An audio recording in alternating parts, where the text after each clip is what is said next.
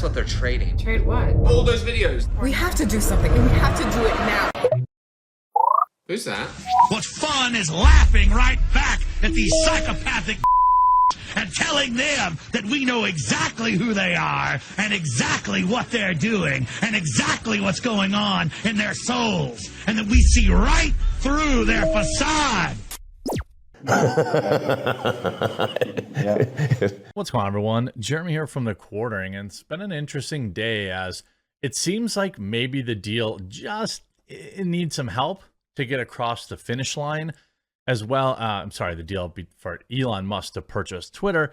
I assume he's going to get it all handled, but it's been pretty interesting as we've seen more and more little spicy nuggets of information coming out, including internal text messages that do confirm that he does plan to unban Donald Trump and plan to unban other prominent conservatives.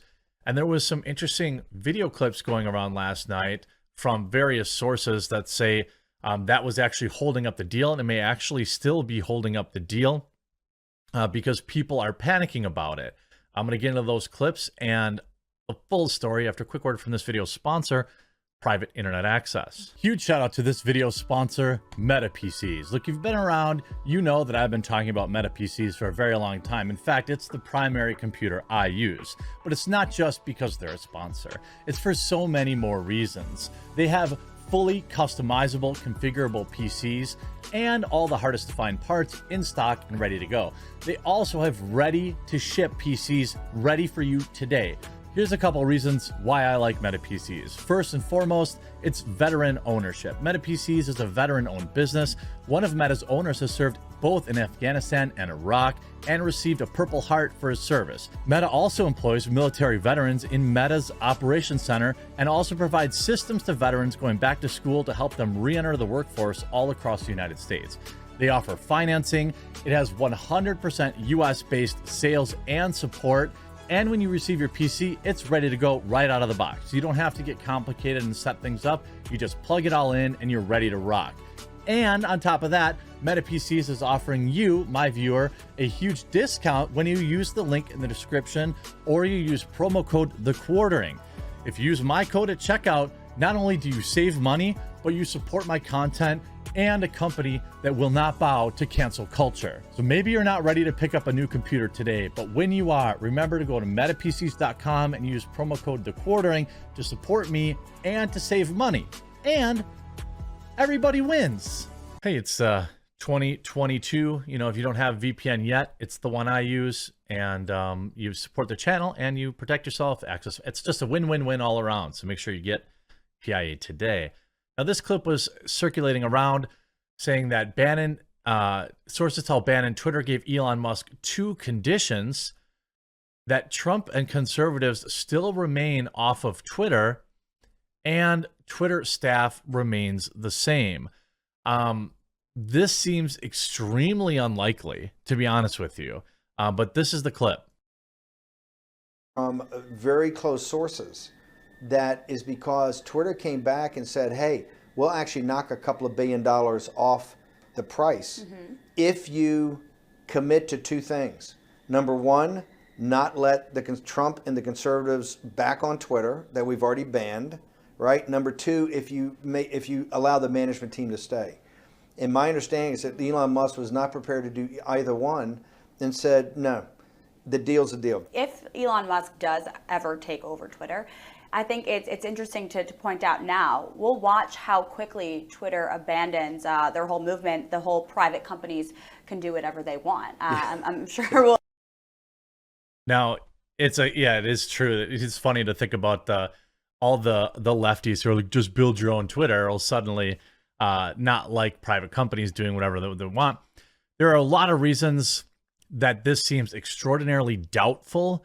That it was even ever proposed, to be honest with you, because first of all, Elon made the initial offer of $54.20 per share, of which Twitter accepted.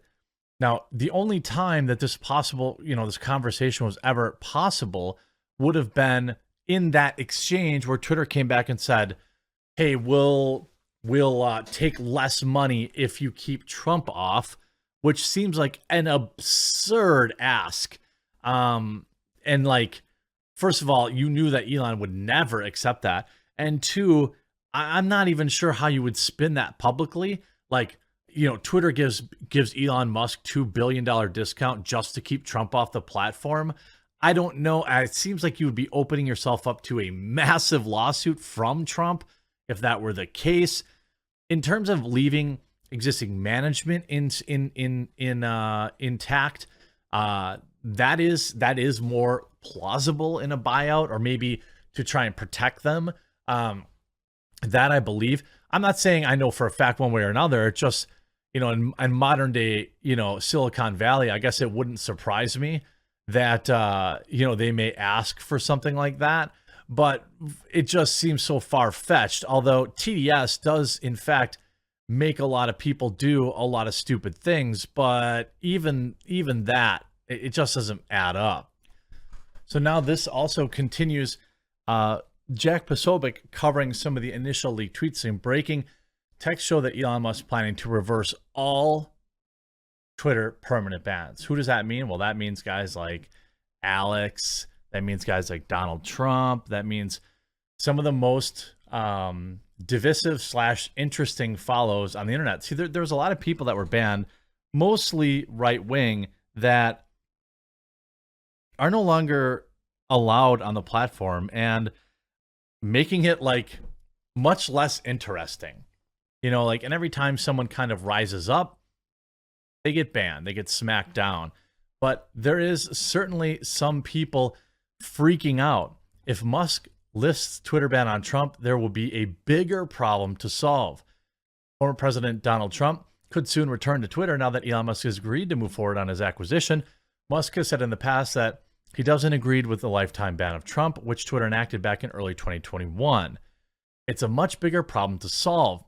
Rohit Kulkarni, senior analyst at MKM Partners, said about content moderation on Twitter, even Facebook and larger companies have not been able to solve it in a more convincing manner. He explained that if Musk wants to keep advertisers on the platform, he's going to have to install guardrails to protect brands from appearing alongside controversial content. There would need to be a mechanism for advertisers to be able to choose where their ads are being shown and in the way advertisers feel next to content they view as brand safe. I think this is certainly a good idea. That said, let's not pretend that there wouldn't be hundreds of millions of dollars in available advertising funds for people that want to specifically advertise on Donald Trump tweets. And that is not exclusive to Republicans. There would be all sorts of money spent on those tweets by corporate companies like, you know, these super PACs, people like Occupy Democrats. The idea that, you know, you need to make money on advertising on your platform is not unique to Twitter. It's on YouTube, it's on Facebook, it's on every major social media account.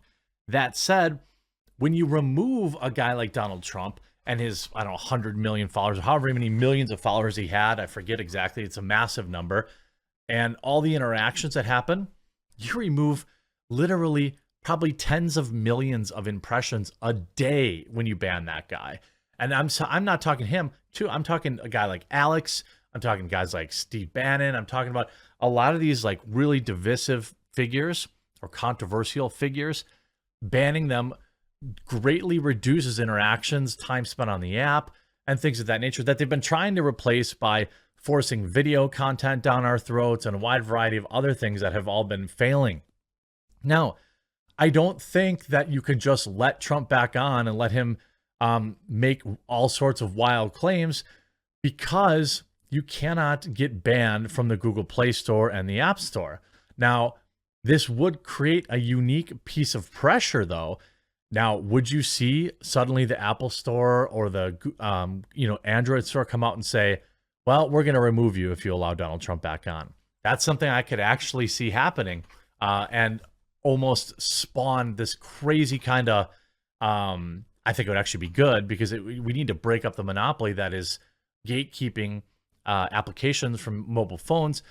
You see 3 reasons Washington is freaking out right now about Elon Musk. First, a Trump return, good for the Democrats? I actually think it is too. With less than 5 weeks until the midterms, a Trump return could serve as a distraction for the GOP and a key messaging narrative for Democrats. The risk is that it helps Democrats succeed in framing this as an election about Donald Trump, which they would love to do. Even though he's not on the ballot, he's not anywhere near close to a ballot. Eric Wilson, managing partner of Startup Caucus, a Republican campaign technology investment fund, said in an interview. Well, yeah, TDS is still alive and well. And the Democrats don't really have anything interesting to run on other than maybe going back and saying like, yeah, but I mean, remember him? Look at all these crazy things he's tweeting. That's his party. That's what you're looking for, that kind of thing. Misinformation and hate speech could poison the platform. Hate speech is not a real thing. I'm ignoring that. An exodus of politicians. Fine by me. First of all, you're not going to have any politicians leave Twitter. This is the same thing they said about conservatives when they banned Donald Trump. You're never going to, oh, big deal. A couple of Republicans left for Parler. Now, Parler was, I think they had, I believe some early numbers were in the millions of people that left Twitter for Parler. But as soon as they did, Google and Apple made sure they nuked the app. Every try since then, whether it's been Getter or Truth Social or whatever, has been pretty weak sauce. I mean, Trump himself can bring a couple million people, but he's not going to pull his full following over to a new platform. So when these politicians say they're going to leave Twitter, I don't believe it. What, Democrats are going to leave Twitter and go to what? Tribal and its 13 users? Are they going to create a new platform? By the way, I hope they do. And guess what? I'll be there as well. Politicians absolutely are not going to leave the platform. As they say, there's always a possibility he's able to walk the tightrope and get it just right. One other source of revenue for Musk, a major draw would attract more politicians to the platform and keep them there, would be to lift the ban on political advertising that former Twitter CEO Jack Dorsey put in place in October 2019. I will also tell you this. There would be absolutely no reason that Elon Musk would not do this, especially if he's talking about taking the company private. Of course, you're going to take financial dollars from political. Why wouldn't you? The whole idea that that you wouldn't in the first place, it runs as an antithetical to running a profitable business. It's going to be interesting to see how all this shakes out. If you enjoyed the video, make sure you leave a like on it. And if you haven't yet, please do click that red subscribe button down below. Don't forget to pick up private internet access today. The link will be in the pinned comment and in the description below. Unlock all sorts of streaming content and protect your online browsing.